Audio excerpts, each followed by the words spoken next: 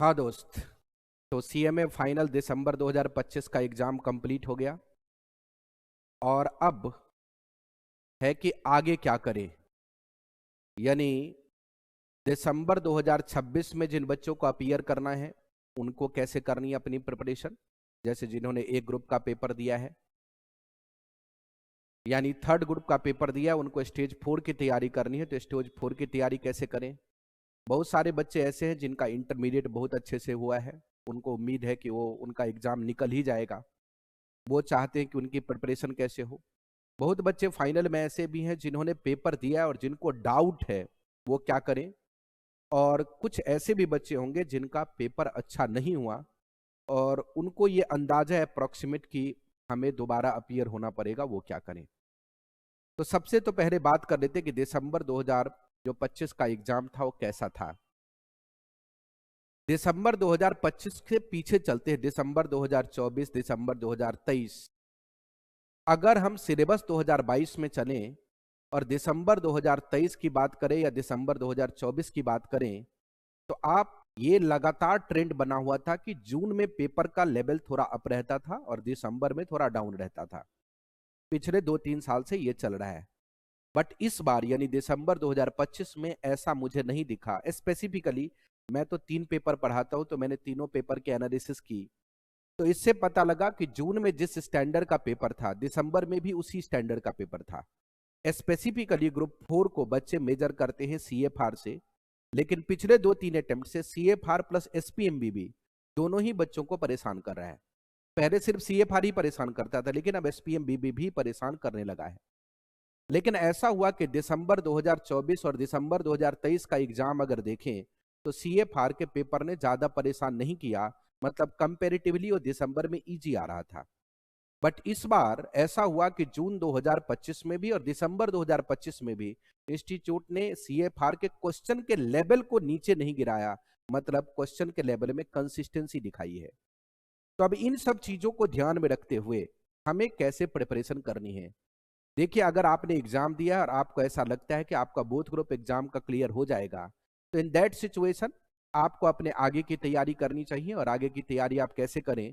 आगे की तैयारी के लिए जो रिसेंट अपडेट्स हैं, अगर आपकी इन डेज में अच्छी पकड़ नहीं है तो आप उसको मजबूत करें।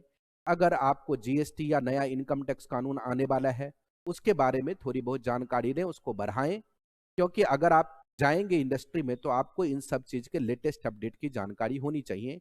अगर आपको लगता है, आपको 50% से भी ज्यादा लाइकलीहुड लगता है कि मेरा एग्जाम क्लियर हो जाएगा, तो आप इस मोड पे रहें जब तक एग्जाम के रिजल्ट नहीं आ जाते।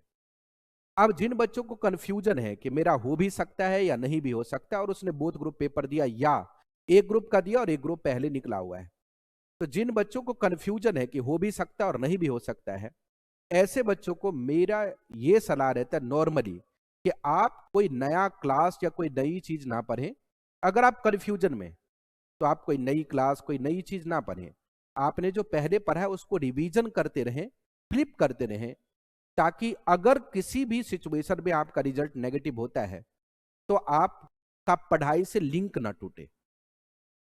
जिन बच्चों को लग रहा है कि नहीं मेरा एग्जाम निकलेगा नहीं, यानी 50% से कम चांस है, अगर आपको लगता है कि आपके चांसेस 50% से कम है एग्जाम पास करने के, तो ऐसे सिचुएशन में आपके लिए ये एडवाइस है दोस्त कि आप अपनी प्रिपरेशन को रीस्टार्ट करें और एनालाइज इस बात को करें कि आपकी प्रिपरेशन में गलती कहां हुई थी। याद रखें, अगर रिजल्ट का वेट करेंगे और रिजल्ट नेगेटिव गया तो फिर जून के एग्जाम में कुछ बहुत बड़ा परिवर्तन नहीं देखने को मिलेगा।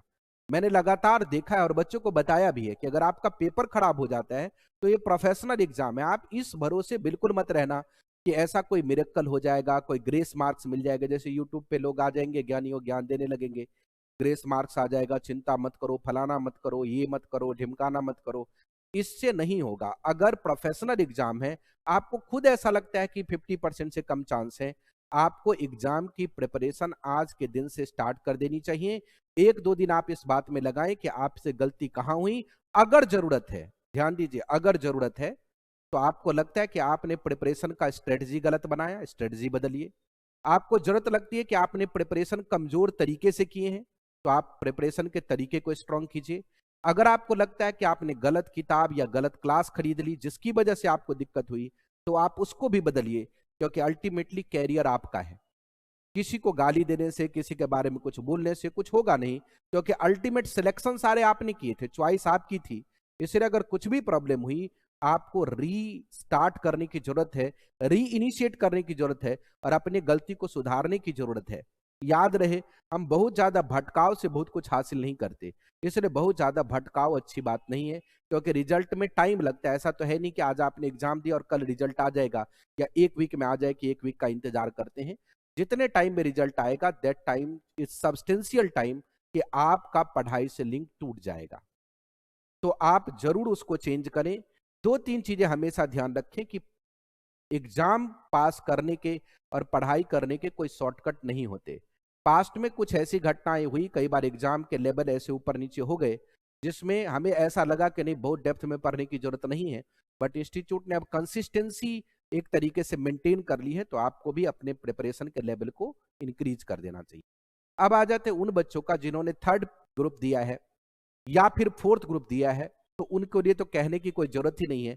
अगर आपने ए ग्रुप दिया है तो आप रिजल्ट का वेट ना करें, आप अपने दूसरे ग्रुप के पढ़ाई में इमीडिएट लग जाएं, क्योंकि टाइम बहुत इंपॉर्टेंट होता है। आपने ए ग्रुप दिया है, प्रोफेशनल एग्जाम में 100% सर्टेनिटी के साथ तो कोई कह ही नहीं सकता कि मेरा एग्जाम निकल जाएगा।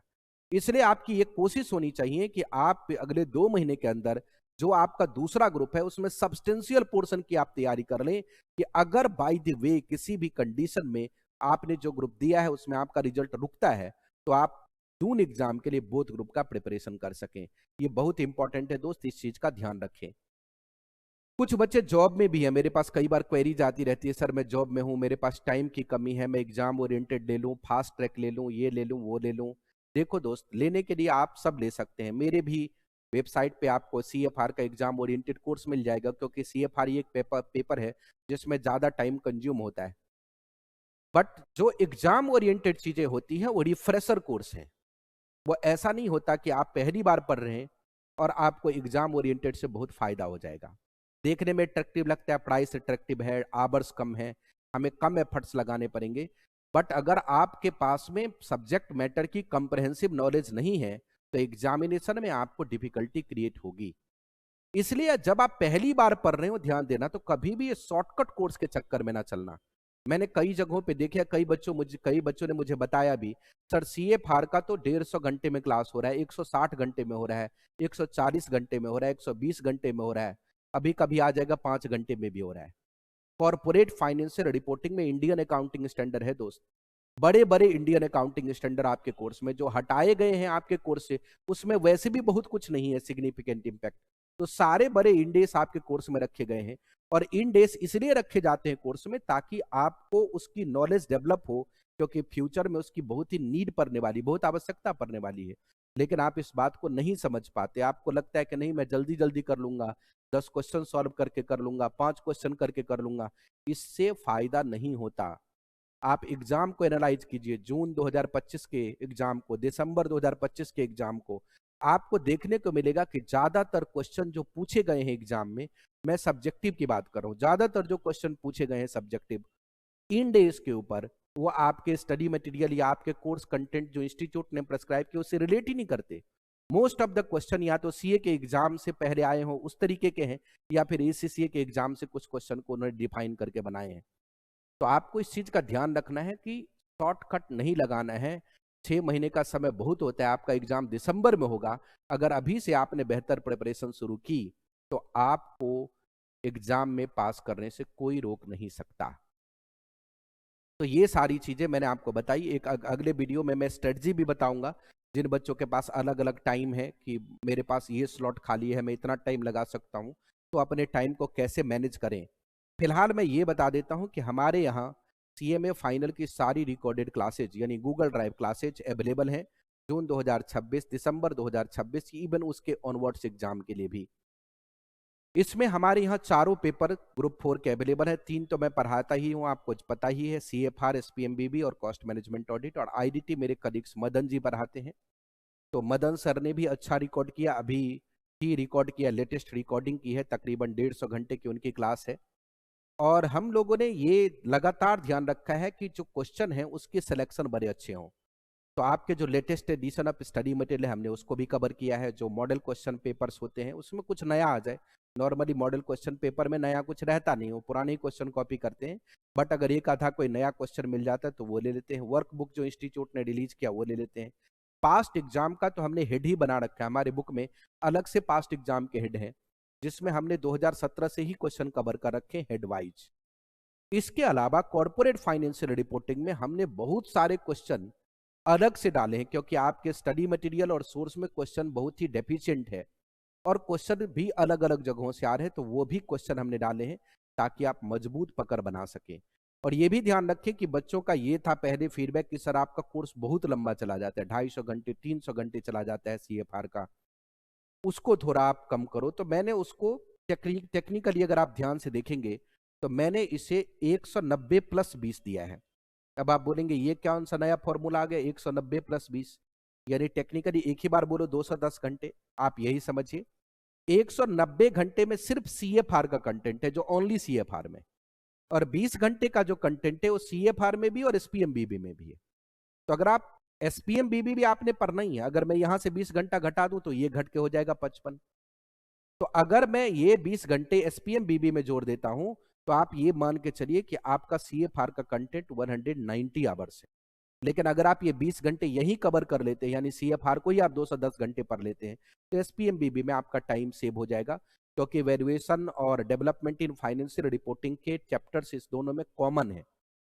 तो कॉमन चैप्टर आपने एक बार पढ़ लिए, बात खत्म होगी। कई बार बच्चे को ये भी समझा दिया जाता है दोनों के क्वेश्चन अलग होते हैं, ऐसा कुछ है नहीं, कॉन्सेप्ट एक है।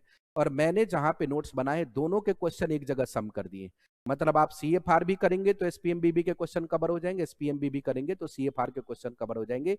इवन आप ये मान सकते हैं कि 20 घंटे का लेक्चर दोनों में कॉमन है, एक जगह आपने पढ़ लिया दूसरा जगह अपने आप खत्म हो गया। अब क्या है कि थोड़ी सी प्राइसिंग की भी बात बता देते हैं। वैसे तो सारी प्राइसिंग सब कुछ डिटेल वेबसाइट पे अवेलेबल है। 6 मंथ की प्राइस अभी जो हमारे पास में कॉम्बो के है, कॉम्बो में 3 पेपर को मैंने शामिल किया, कॉम्बो विद IDT भी अवेलेबल है, तो वो आप वेबसाइट पे चेक कर लेंगे कॉम्बो विद IDT के क्या प्राइस है। अभी ये जो कॉम्बो के प्राइस दिख रहे हैं आपको, ये हमारे पास प्राइस है जो करंट में अवेलेबल है। एक्चुअल प्राइस इसकी 20,400 रुपये है, लेकिन जो अभी ग्रॉस प्राइस है वेबसाइट पे दिखेगा आपको, लेकिन अभी जो डिस्काउंटेड प्राइस है 16,500 है। तकरीबन 20% के आसपास डिस्काउंट मैंने दे दिया है, आप इसको एक्सरसाइज कर सकते हैं। और जो हमारे पास में 9 मंथ की प्राइस है वो 22,000 है, यहाँ पे अभी डिस्काउंटेड प्राइस 17,900 है। 23,600 है, डिस्काउंटेड प्राइस 18,900 है। तो ये जो डिस्काउंटेड प्राइस है वो बहुत लंबे समय तक नहीं रहता वेबसाइट पे, इसलिए आप जितना जल्दी से जल्दी कोशिश करें आप ये डिस्काउंटेड प्राइस पे अपनी क्लास को ले सकते हैं। कई बार कुछ बच्चों का ऐसा भी आता है, सर अभी हमारे पास तो पैसे हैं नहीं, मंथ का मिड चल रहा है। मोस्ट ऑफ देम जो फैमिली से बिलोंग करते हैं वो एवरेज क्लास फैमिली से होते हैं, बहुत इकोनॉमिकली साउंड नहीं होते हैं, तो कहते हैं अगर आपने ये प्राइस हटा दिया भी तो फिर हमें ज़्यादा प्राइस पे करना पड़ेगा। तो मैंने ऑफिस में इंस्ट्रक्शन दे रखी है, आप ऑफिस वाले नंबर पे कॉल कर सकते हैं। ऑफिस का नंबर है 9718057916। इस नंबर पे आप कॉल कर सकते हैं। और मैंने बोला है जो बच्चे अभी इस प्राइस को फ्रीज कराना चाहते हैं या इसको फ्रीज कराना चाहते हैं या इसको फ्रीज कराना चाहते हैं, जिस भी कॉम्बो में आप जाते हैं, तो आप अभी 2,000 रुपीज दे करके अपना प्राइस फ्रीज करा लें, ताकि कल को अगर ये डिस्काउंट हट भी जाता है और प्राइस 20,400 22,400 हो जाती है तो 2,000 दे के आप प्राइस फ्रीज करा लें और अगले 15 दिन में या 20 दिन में टाइम लेकर के पेमेंट करके आप फिर क्लास एक्सरसाइज कर सकते हैं, तो आप अपनी फीस बचा सकते हैं। बाकी जो ज़्यादा डिटेल है वो आप हमारे पास www.ranjaymisra.com पे चेक कर सकते हैं। वैसे नीचे इसमें सारा डिस्क्रिप्शन मिलेगा, आपको डिस्क्रिप्शन बॉक्स में आ जाएगा। ranjaymisra.com पे जाकर के आप ये सारी जानकारी ले सकते हैं और भी डिटेल क्या क्या हम कवर कर रहे हैं। और आपको कोई भी अगर रिलेटेड जानकारी लेनी हो तो आप 9718057916 ऑफिस के नंबर से पूछ करके जानकारी लेकर के और भी क्लैरिटी लेकर के और जैसे भी आपको आगे प्रोसीड करना हो आप कर सकते हैं। तो मैं इस वीडियो को बहुत लंबा नहीं खींचना चाहता, जस्ट एक इन्फॉर्मेटिव वीडियो और एक बूस्टअप वीडियो है। बाकी स्ट्रेटजी प्लानिंग सबकी वीडियो हमारे पास आगे आएगी। एक चीज मैं और भी बताता हूँ कि मेरा एक CMA का अलग से चैनल था, RMC CMA करके, और एक CA रंजय मिश्रा के नाम से भी चैनल है। तो कई बार बच्चे क्या होते हैं, मेरे नाम से वीडियो ढूंढते हैं, तो कभी इस चैनल से उस चैनल पे चले जाते हैं, उससे उस पे चले जाते हैं, और फिर वो कहते हैं कि आपके पास अपडेटेड वीडियोज अवेलेबल नहीं है, कि पता लगा वो उस चैनल पे नहीं देख पाए जिस चैनल पे वीडियो डल रहा है। ये कन्फ्यूजन हो रहा है। इसलिए हमने डिसाइड किया है कि जो रंजय मिश्रा CMA के नाम से अलग चैनल था उसको हम हटा देते हैं। मतलब वो अब ऑपरेटिव नहीं रहेगा। ये वीडियो उस पर आखिरी डलेगी। ये दोनों पे वीडियो डल रहा है, ये रंजय मिश्रा पे भी और रंजय मिश्रा RMC जो CMA का है, दोनों पे डलेगा ये वीडियो। बट इसके बाद के वीडियो सिर्फ CA रंजय मिश्रा के चैनल पे ही मिलेगा आपको, CMA के भी सारे वीडियो। और कुछ दिनों के बाद जब सारे के सारे जितने भी सब्सक्राइबर हैं CMA वाले पे, वो अपने आप शिफ्ट कर जाएंगे CA रंजय मिश्रा पे, तो मैं उस यूट्यूब चैनल को डिलीट कर दूंगा, ताकि किसी को कोई कंफ्यूजन ना आए। पिछले 1-1.5 सालों में मैंने इस चीज को एनालाइज किया कि कई चीजें डल गई, फिर भी बच्चे मैसेज करते हैं कि सर अब आप अपडेट नहीं डाल रहे, तो मुझे लग रहा है कंफ्यूजन हो रहा है। इसलिए एक ही चैनल चलेगा, सारी चीजें एक ही रहेंगी, उसी पे सारे वीडियो डलेंगे, CA के भी, CMA के भी और ACCA के भी। तो अब आप उसी चैनल को सब्सक्राइब करें अगर आपने उसको नहीं किया है तो। और RMC CMA चैनल को जो है पहले से, अब उसको आप छोड़ सकते हैं, क्योंकि हम उसको हटा देंगे। आप सबका बहुत बहुत धन्यवाद।